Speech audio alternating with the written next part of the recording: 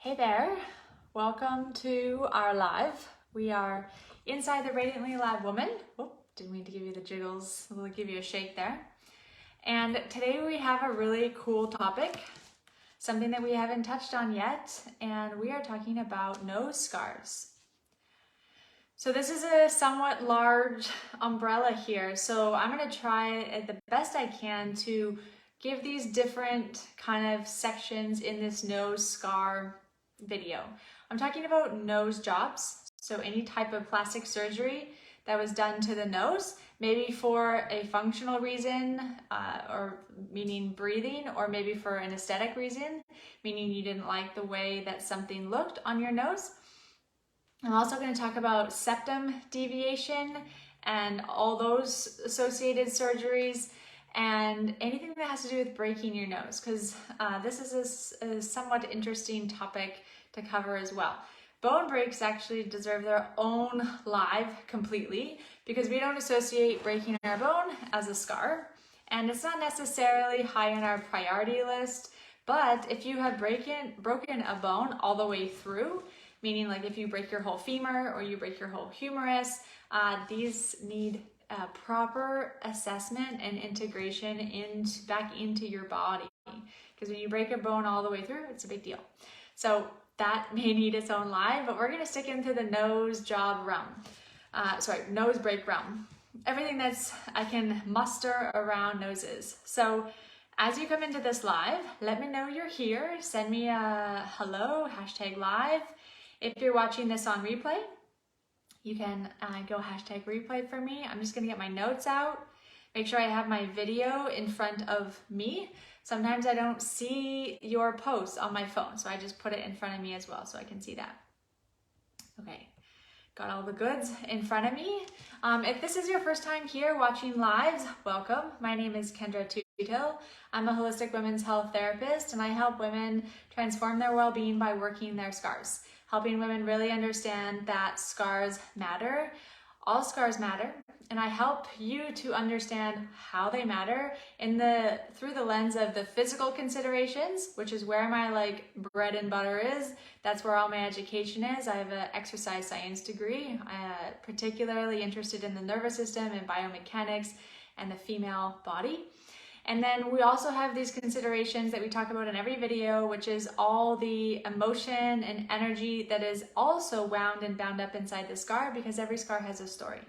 Every scar has something associated with it. Feelings, emotions, situations, people, circumstances, all that is bundled up and wrapped up and stored in that scar that needs to be liberated and resolved and transformed so that it doesn't weigh so heavily on your system.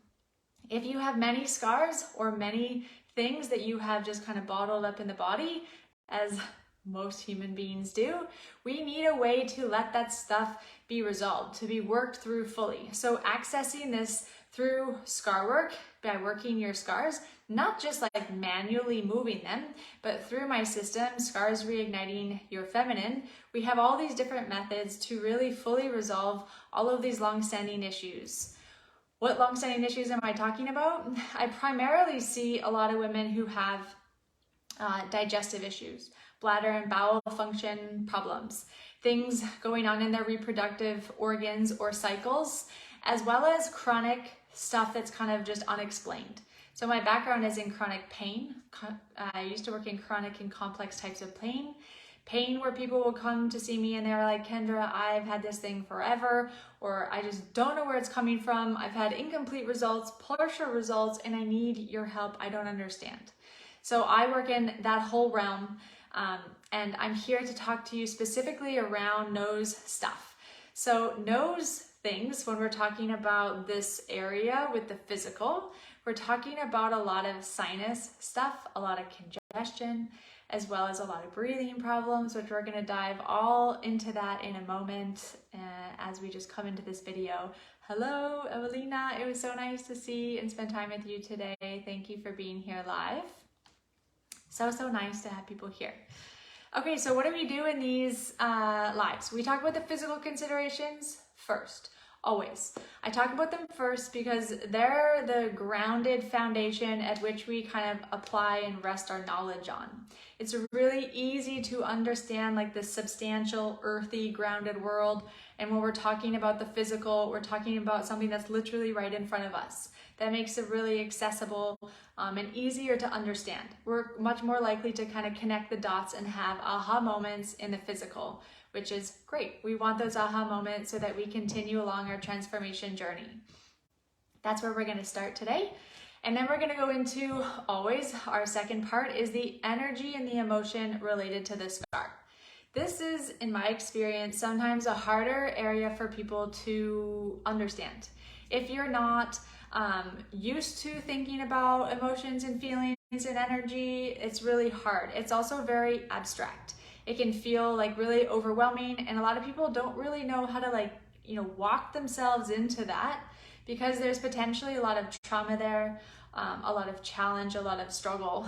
It is usually an area that is much harder to access. But once we know what we're doing and how to orient ourselves and we get the importance around that, then it's not so hard. We can just kind of dive in. So that's why I always place it as the second phase. Whenever we were working scars in whatever capacity we're doing that, we're always doing both. Because as you get deeper and deeper into this work and working your scar, you recognize that you can't really separate the two. They're like very intricately linked. And we want to feel that on a deep level. But first, this is the kind of way I walk. Physical, energy / emotion. And then our third phase is the what to do.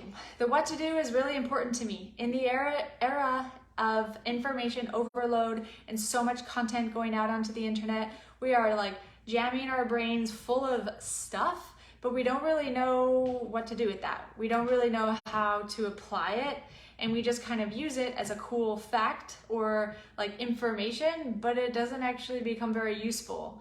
And that's hard. That's something that we as women deal with a lot. We are very mind-oriented. We're very intelligent, curious, ambitious, goal-oriented. All of this is a function from our mind and our mental capacity, and it's awesome.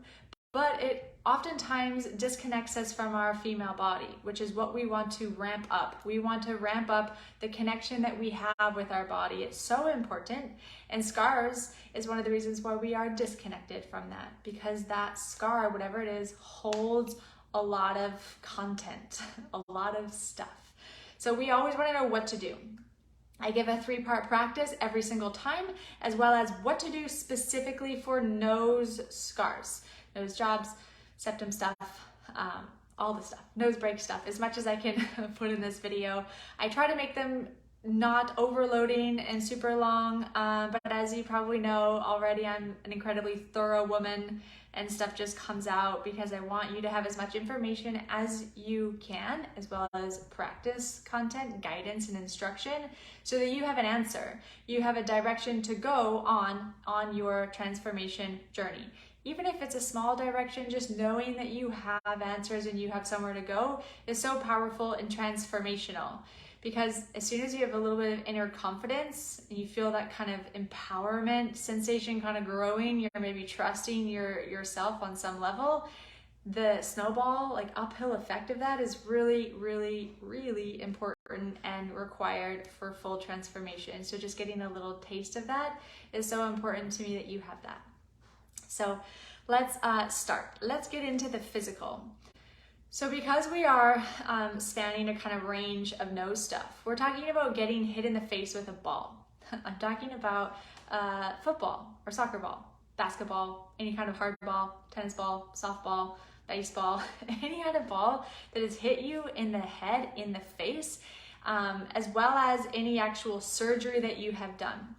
So oftentimes in this series, we're talking about surgeries. For example, yesterday we spoke about appendix surgery that gave a scar. Here I'm talking about surgeries as well as like trauma to the face. You could have fallen flat on your face at some point, maybe when you were little, maybe when you have had too much to drink as a teenager or as an early 20-year-old. It's happened to many of us, and it really impacts this area. And what does this feel like? Like what could be possibly going on that you're feeling on a day-to-day? It could be anything related to your sinuses. So it could be seasonal allergies. It could be chronic congestion, chronic nasal drip, anything that feels like there's congestion, heaviness in the eyes, behind the eyes. We think of sinuses as usually being like right here, but actually if you have ever held a skull in your hand, like I've done many times as a clinical kind of science geek, or if you even just look online and you look up the face, sinuses of the face, you actually also have sinuses up in your forehead, and you have them kind of all over, because bone, if it was like filled in completely, it'd be very heavy. So the major sinuses that we're talking about are like here, you have many in like the nasal passage, like up deep in your skull, and then you have two, one on either side here. And you also have a lot of like porous kind of shapes into the face, the skull bones, because all the skull bones ideally should be interacting.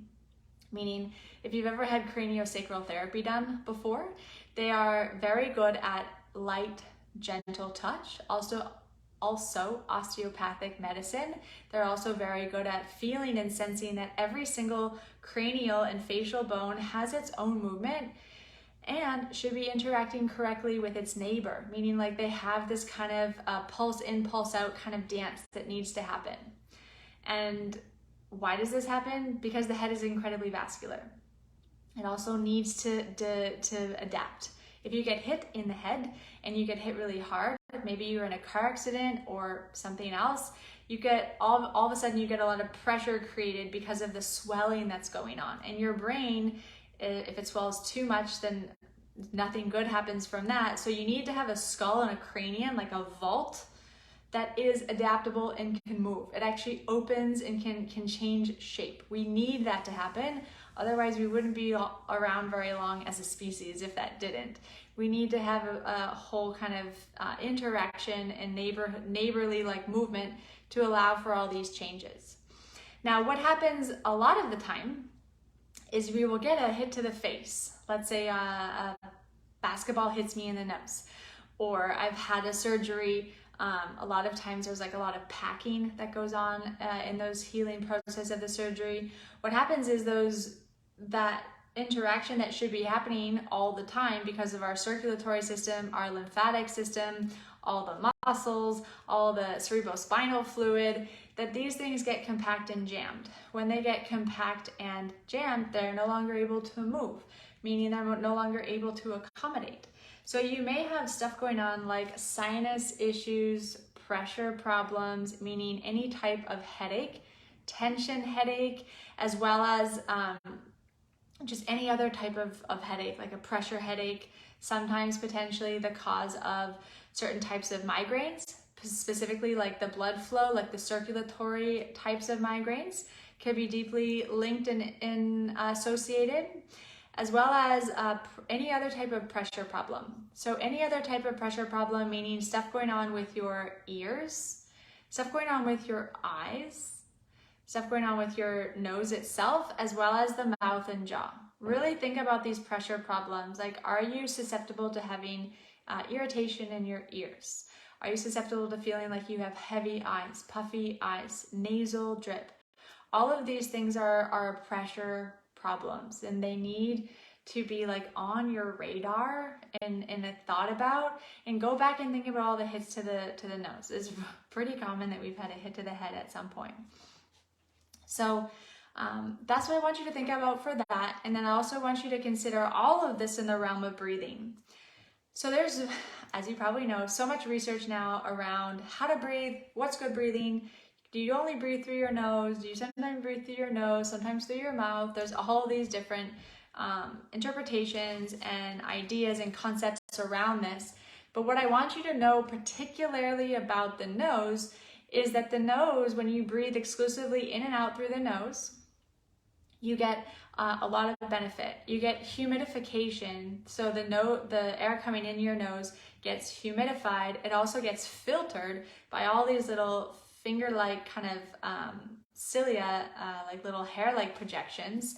And it goes through all of these different little turbines to kind of filter out, humidify, and like purify the air that's going down into your lungs. This does not happen if you're getting air through the mouth. air through the mouth is going right through the tube, going right into the tube. There's like a big open space, obviously so we don't choke or hurt ourselves. And we need to consider this, because the other great thing that happens when we breathe through our nose is we get diaphragmatic breathing.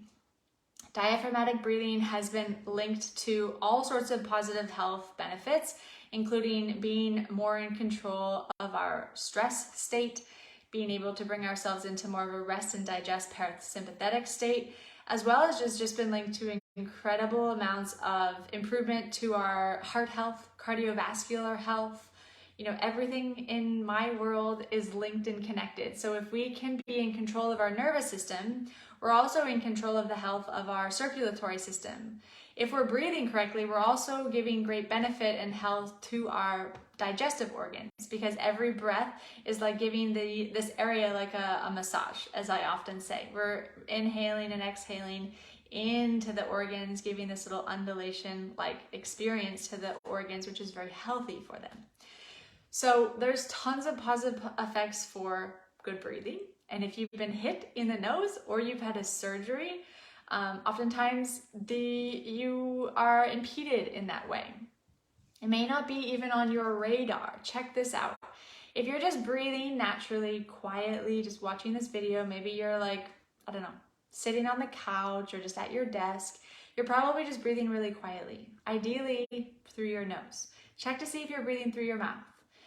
If you're breathing through your mouth, you're not getting good carbon dioxide oxygen level kind of in relationship.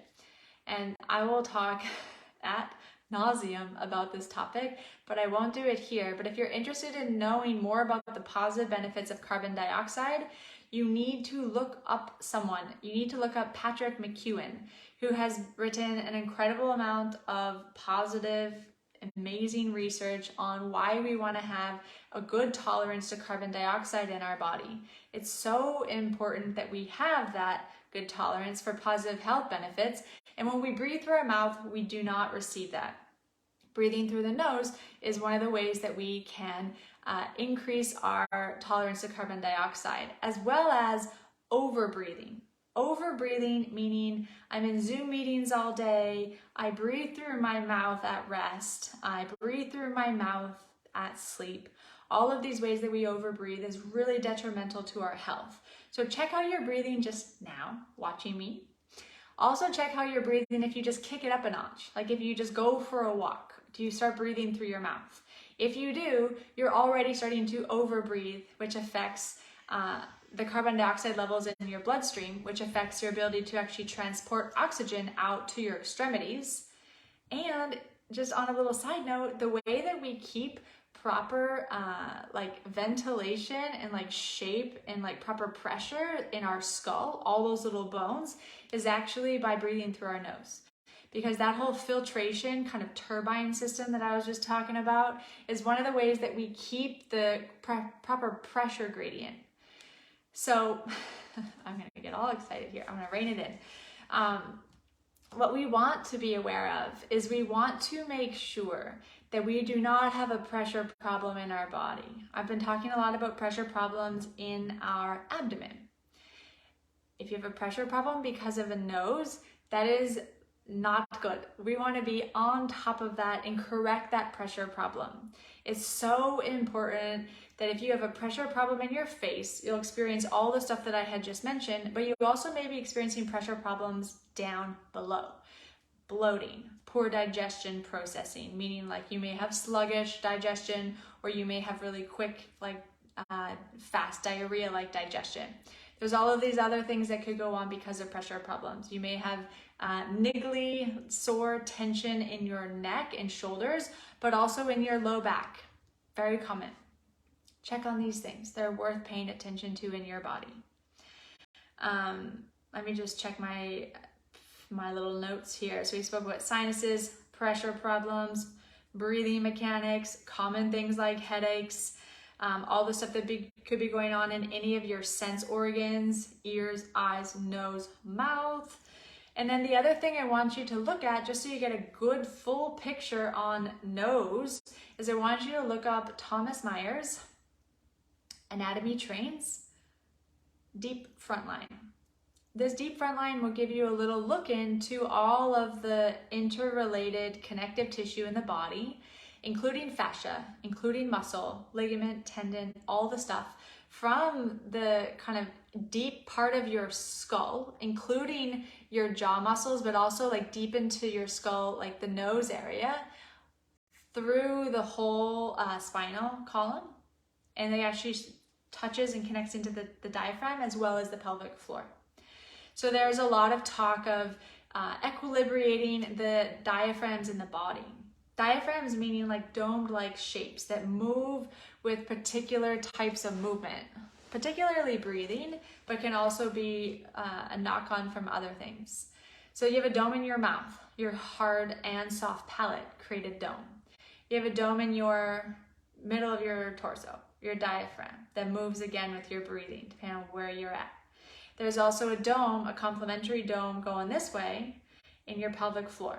Should be moving in response to breathing as well as movement and other types of processes like going to the bathroom and giving birth and so on and so forth.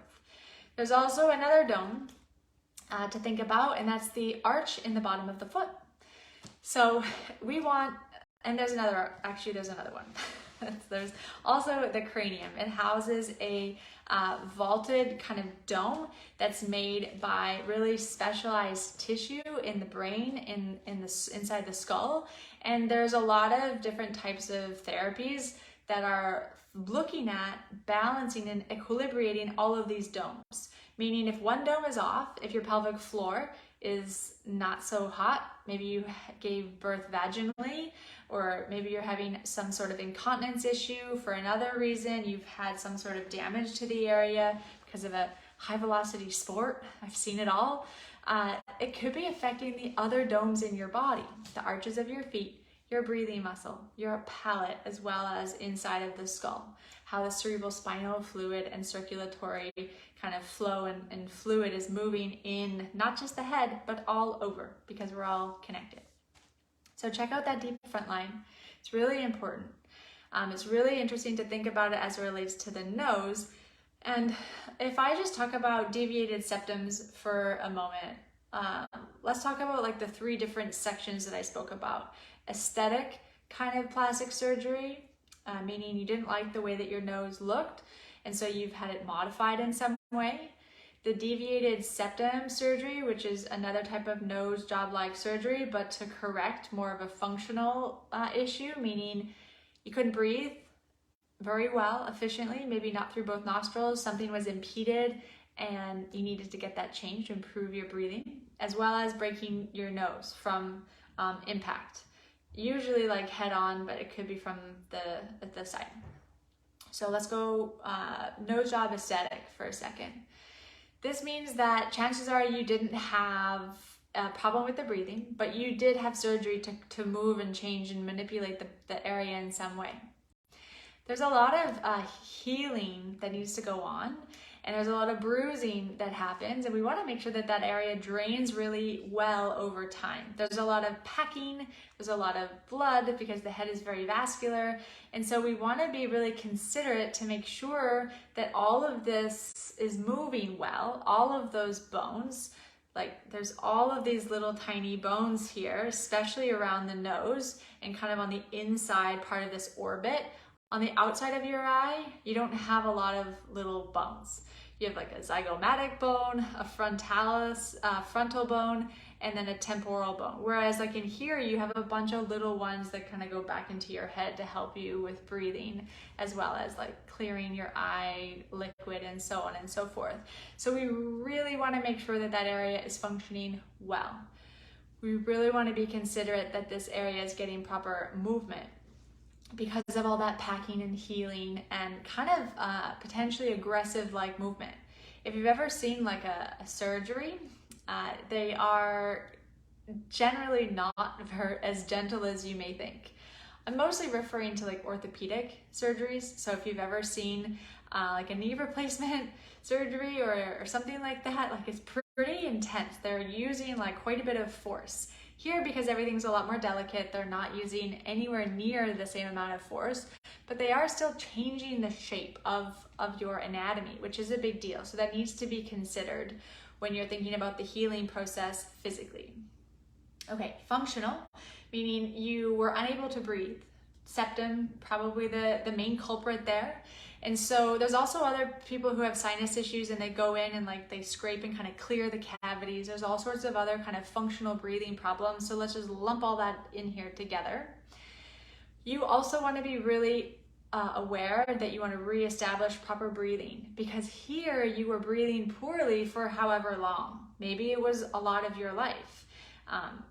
Maybe it was while you were kind of learning to breathe correctly. Like when you're a child, you'll notice that kids don't breathe through their nose. There'll be a period where they move from mouth breathing to nose breathing. So you want to make sure that you are training the proper breathing mechanics to go breathing through your nose after you get those surgeries. And there's a lot of detail that you need to go through to make sure that you have reestablished pressure gradients, making sure that all of those filtration, humidifying kind of tunnels are working correctly, and you're getting the diaphragmatic breathing, and you're getting your carbon dioxide levels raising, and you're bringing nitric oxide down into your body, and there's all this great stuff that you need to be aware of. And then for nose breaks, this is like an incident. Maybe a ball flew at you, maybe it was an arm, maybe you fell towards the ground, whatever it was, that was an impact that will be changing the shape of your skull in some way. A nose break is kind of I guess you could call it a misnomer, because much of the nose is actually just cartilage, and the bones are actually quite far back in here. So oftentimes with a nose break, we're actually damaging the cartilage, or how the cartilage is attaching on to the nasal bones, which, like I said, if you see a skull, you'll see like how little bone there actually is there to make your nose. So we want to make sure that that whole area is moved well, because it's like taking your skull, cranium, all these facial bones, all these skull bones interacting ideally in a way that's harmonious, that's allowing for all this movement of the cerebrospinal fluid, of the circulatory system, of the lymphatic system. And when you get a big push into the face like that, it stalls and forces that stuff to not move. And we want to make sure we get that back, because it will potentially spiral into headaches and pressure problems and sinus issues and allergies and so on and so forth. So those are the physical considerations for those kind of three worlds. Okay, that was a lot. Let's go briefly into the energy and the emotion. Now, if we just stay in the vein of those three, there's going to be a different set of emotion and energetic considerations here. If you don't like the way you look, if you feel like you have a negative self-image, confidence, all this stuff, this is a very different quality that needs to be well thought out and addressed compared to getting hit in the nose. They're just completely different. Maybe you were bullied and you got hit in the nose. Maybe you were really bad at sports and someone was picking on you and you got hit with a baseball or a basketball, like in my example. All of these things need to be considered and thought of, because the flavor at which the healing that needs to be done will be different. And the more you know about this circumstance, the better. So oftentimes when we get a nose job for aesthetic reasons and we change the way that we look, we feel different about ourselves. We feel better. But oftentimes what happens when we get a type of plastic surgery, we are still looking for something to fix something about us. It usually doesn't end with, okay, now my nose is perfect, I can just carry on with my life. I feel really good everywhere else now. Usually there's something still there, and it actually ends up being like a pattern of, and now I don't like my tummy, or now I don't like this. And this is a really destructive, obviously unhealthy way that we want to address. And we want to address it at the source, not just trying to fix ourselves physically. We want to really get underneath that and find the emotion and the feeling. So paying attention of all of that. And then again, for the bullying example that I just gave, there's going to be something there Lots of examples here. High school is often really hard for people, and when they grow up, they move out of high school, and oftentimes it's like the best thing ever, and they get a job and they put on the suit and they feel different, but there's still something inside them that needs to be healed around that, because it's like they just change circumstances, but they themselves on the inside did not change or develop or grow. Maybe they did, but we need to just sort it out and figure that out for ourselves. In the deviated septum, like the functional expression example here, we are always going to be very conscious of our ability to manage stress. So when we are out of control with our breathing, we have a pretty poor ability to regulate and be in control of our stress, our fight and flight, and our rest and digest. We will probably be really challenged to pull ourselves out of this kind of intense fight or flight response. We'll probably be challenged to come into this restorative, rest and digest, rejuvenated, parasympathetic state. And that needs to be trained in over time. So something that I have written here is really being in control and aware of your stress management as an energy perspective and as an emotion perspective. So thinking about anxieties and depressions and things that can spiral really quickly, and we want to just be aware how much that impacts our energy and our emotions, so that we feel in control of ourselves. When we feel in control, when we feel confident, when we trust ourselves, we have a whole different lens on the world. But when we don't, we can feel like a variety of different things. So we could feel anxious, we could feel depressed, we could feel like we don't trust other people. We definitely don't feel like we have trust or connection to ourselves. So all of these things need to be brought up really specifically as it relates to the nose. So what does it mean for you? I always break down this energetic and emotional section into 3 phases because they each need your attention. So the first phase is everything that happened before the event. The before phase, it's varying. It's either before the nose surgery, or before the ball hit you in the face, or before someone hit you in the face. What was going on in your life? Did you feel ugly? Did you feel bad about yourself? Did you feel like something was wrong with you? Did you feel like you couldn't speak up or stand up for yourself? Or, what was the vibe? What was the feeling? What was the energy? What was going on before? The during is the second phase, which is the event itself. Surgery is always scary. So fear is always in the second phase, as well as getting hit in the face by someone else or by the ground. Maybe you slipped and fell, maybe there was an accident.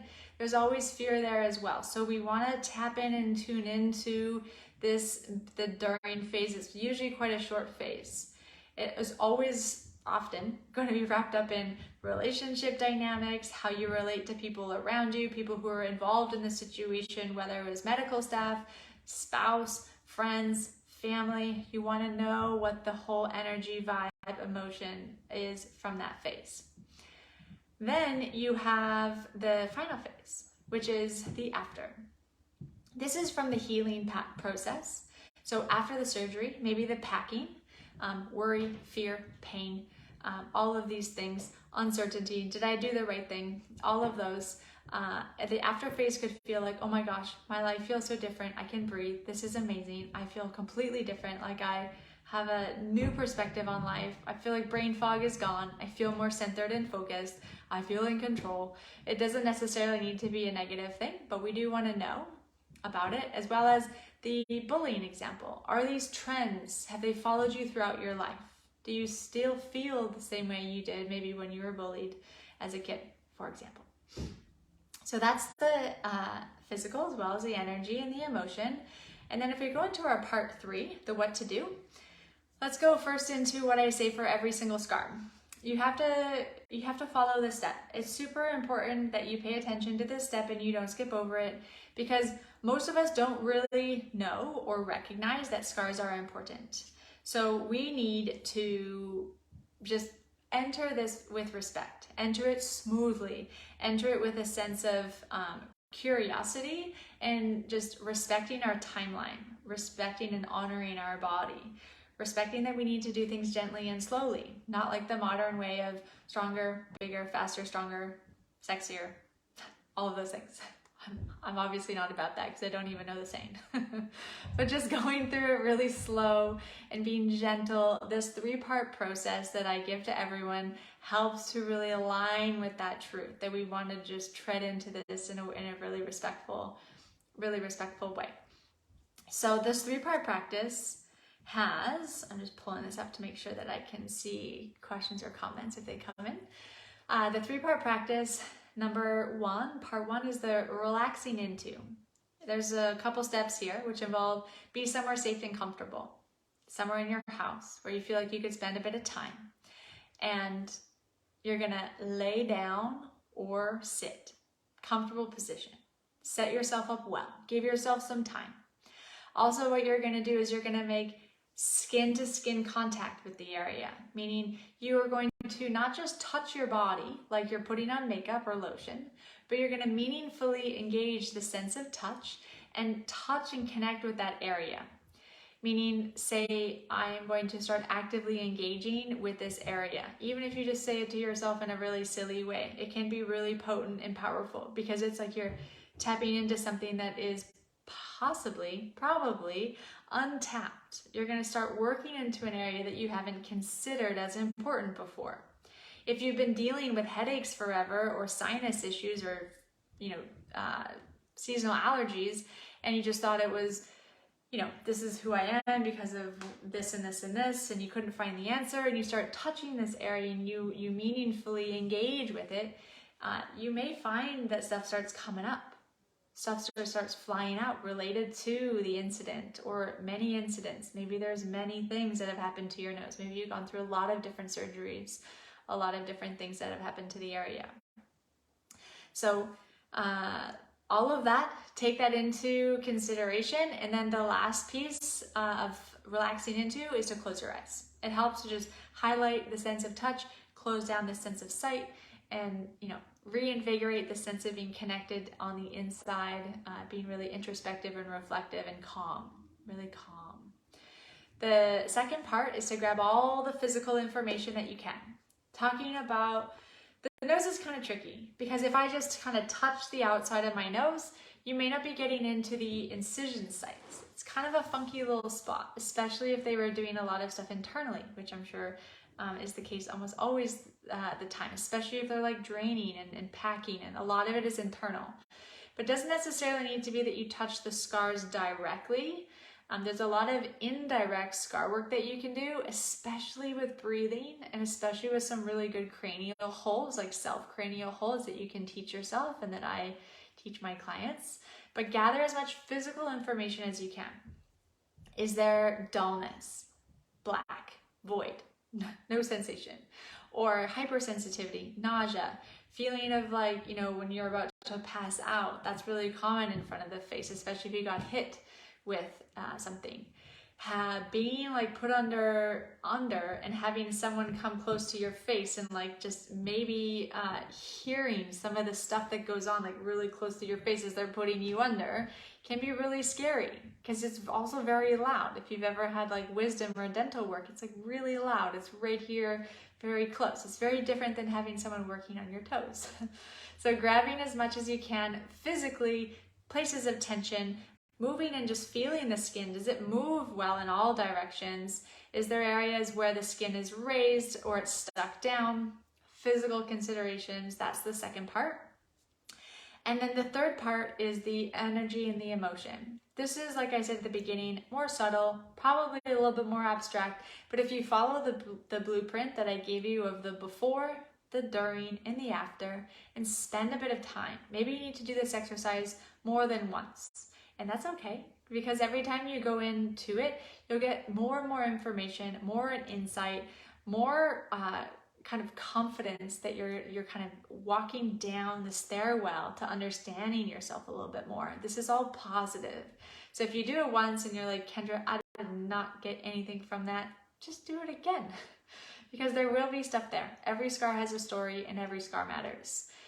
So this is the 3 parts that I say to do for every single scar.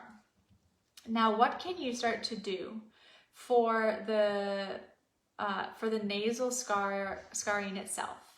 This is so important for anyone who's had the aesthetic type of nose job surgery. This is very important for people who've had the functional type nose job surgery, septum stuff, as well as the nose breaks. This is across the board going to be super important. What we're going to try to train ourselves to do is to breathe really smoothly through the nose, nice and slow, both nostrils equally. And we're going to start to pull the breath in as if we have these two straws going into one nostril and into the other.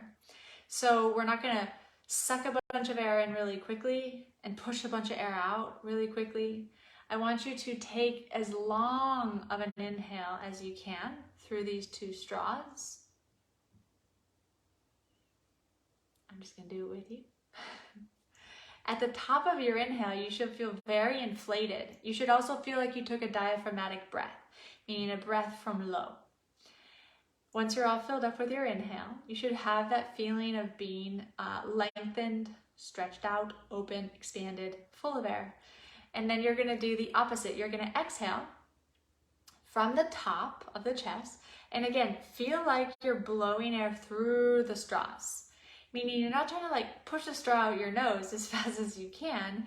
You're really taking care and almost like you're making sure that the air is coming out smoothly. It's not like a wind turbine, like flying out all the way out. Exhale as slowly, as deeply, as smoothly as you can, all the breath out of the body. And you're going to go inhale and exhale like that. Then there's something called alternate nostril breathing, which again is a very good thing that you can get into. I highly suggest it. It's a yoga-like breathing style, and there can be done with all of these different intensities, meaning you can be doing different types of sniffs, different types of smooth inhales, smooth in one way and forced out on the other. But I want you to just do alternate nostril breathing with equal length of an inhale and equal length of the exhale, as if you're doing that in through the straw-like breathing. So what you can do is you can take your right thumb to your right nostril, and then you're going to take your, ring finger, fourth finger on your right hand. So you're plugging the nose like this. Okay, plugging the nose like this. So I'm going to inhale through my left nostril, really slow, like I have a straw. Inhale all the way through. I'm just going to keep talking. So that's hard to do if you're plugging your nose. When you're at the top of your inhale, you're going to plug your left nostril. And again, as if you're breathing out through the straw, right nostril exhaling air out all the way out. Okay, then you're going to inhale through the right, still plugging the left nostril. Get to the top of your inhale, switch up your plugging. Plug the right nostril, exhale out through the left. Okay, so you're just going to be alternating like that. Traditionally, you start on the left and you finish on the left. But if there's another way that you're taught, you're welcome to do that as well. And again, you're just feeling the smoothness, really feeling like you're pulling the breath in and really allowing the breath to kind of slowly seep out. Feeling that happening on the right nostril as well as on the left. So that's the breathing practice that I have for you, for your nose. It's so helpful. Let me know if that was useful in some way. I know there's a lot of people waiting for this video, so I'd love to hear how it is. If you have any questions, please let me know. I'll just stay here a moment for anyone to type some good stuff in here. And this is our second live. We just did our appendix scar one just yesterday. So if you have a scar that you're interested in, please let me know. Write it in the announcement board. There's over 100 comments in there. We're going through 2 scars, 1 scar in a video, followed by the second scar in a video, twice a week until we get through them all. So stay tuned for next week when we have our next 2 scars. And please let me know if you have any questions about this. It was great to spend time with you today, and we will see you soon. Bye.